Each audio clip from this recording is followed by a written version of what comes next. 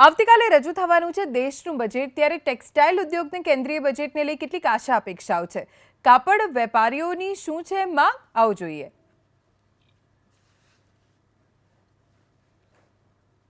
तो यहाँ पे हम इस बार काफ़ी बजट में अपेक्षा रखते हैं कि सरकार जो हमारे अभी गारमेंट में हम लोग जाना चाहते हैं, तो इसमें गारमेंट में हम किस हिसाब से आगे बढ़ सकें। और गारमेंट में सरकार हमारे को अगर इस टाइप की कोई व्यवस्थित अगर चीज़ देती है कि जिसमें स्किल लेबर की हमको सबसे मेन ज़रूरत रहेगी, और जो लेबर है बाहर से आ रहे हैं, दूसरे स्टेट के लेबर यहाँ पे रहते हैं, तो उनको हमारे को आवासीय योजना चाहिए।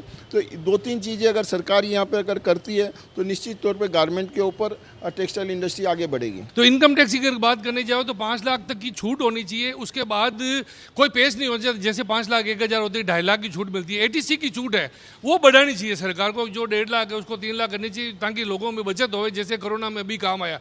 जीएसटी का एक नोटिफिकेशन है जो 12% जीएसटी 2021 नवंबर में आया, वो अभी तक रद्द नहीं हुआ, वो रद्द होना चाहिए। एक लहंगे की जो हमारी डिमांड है काफ़ी समय से कि आप फैब्रिक्स पे 5% जीएसटी है और रेडीमेड पे आप 12% ले रहे हैं, लेकिन लहंगा है वो सेमी स्टिच्ड है, ताकि वो केवल आकार देते हैं, लेकिन फाइनली वो लेडीज अपना बॉडी के हिसाब से उसको तैयार करवाती है। तो उसको भी आप 5% में लेना चाहिए। हमारे काफ़ी वर्षों पुरानी मांग है। कच्चा रॉ मटेरियल से लेकर के फिनिश प्रोडक्ट तक खुद अपनी लागत लगा करके और ट्रेडर्स उस कपड़े को बना करके बेच रहा है और एक्सपोर्ट कर रहा है। तो उस पर एमएसएमई को ट्रेडर्स को ले लिया गया, परंतु एमएसएमई के बेनिफिट उसको कुछ नहीं मिल रहे हैं। तो मैं मानता हूं कि जिस तरीके से सरकार मशीनरी पे मात्र जॉब करने वालों को एमएसएमई मान करके उनको बेनिफिट दे रही है, परंतु खुद की लागत लगा करके ट्रेडर्स आज 5 करोड़ मीटर कपड़ा प्रतिदिन यहाँ करके 150 करोड़ का कपड़ा तैयार करता है। उसको एमएसएमई में अच्छी तरीके से लाके उसकी मतलब की योजनाएं बनानी चाहिए और उसको लोन कैसे अवेलेबल हो और कम इंटरेस्ट में कैसे हो वो अवेलेबल करवाना चाहिए। जी, मूल रूप से तो इनकम टैक्स की बात है कि इनकम टैक्स में ज़्यादा से ज़्यादा रियायत मिले,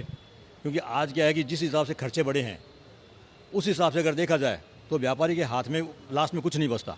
तो इनकम टैक्स में जो है रियायत मिलनी चाहिए। मैं तो बाद में चाहूँगा सर, मैं तो पहले सरकार हमारे से ये चाहती है कि हम तो ईमानदार बन के रहें, ज़्यादा से ज़्यादा जीएसटी दें, ज़्यादा से ज़्यादा इनकम टैक्स दें। व्यापारियों के लिए सहूलत क्या, वो सरकार को सोचना चाहिए। मेरी मांग इतनी ही है कि हम सीनियर सिटीजन हैं, जितने भी नहीं भी है तो होने वाले हैं, जो उनके लिए कम से कम 3 लाख का पीपीएफ के ऊपर इनको जो है छूट देनी चाहिए 1.5 की बजाय, और उसके ऊपर भी एक रेट फिक्स कर दे कि भाई 8%, 8.5%, उसको फ्लक्चुएट नहीं करें। कभी 7 कर देते, कभी 7 कर देते, तो हमारी उसमें भी जो है वहाँ भी नुकसान हमको हो जाता है। આવતીકાલે દેશનું સામાન્ય બજેટ રજૂ થવાનું છે। અલગ અલગ ક્ષેત્રના લોકોને બજેટથી ઘણી બધી આશા અપેક્ષાઓ છે, જેમ કે ટેક્સટાઇલ માર્કેટના જે વેપારીઓ છે તેમણે જીએસટીમાં રાહતની માંગ કરી છે।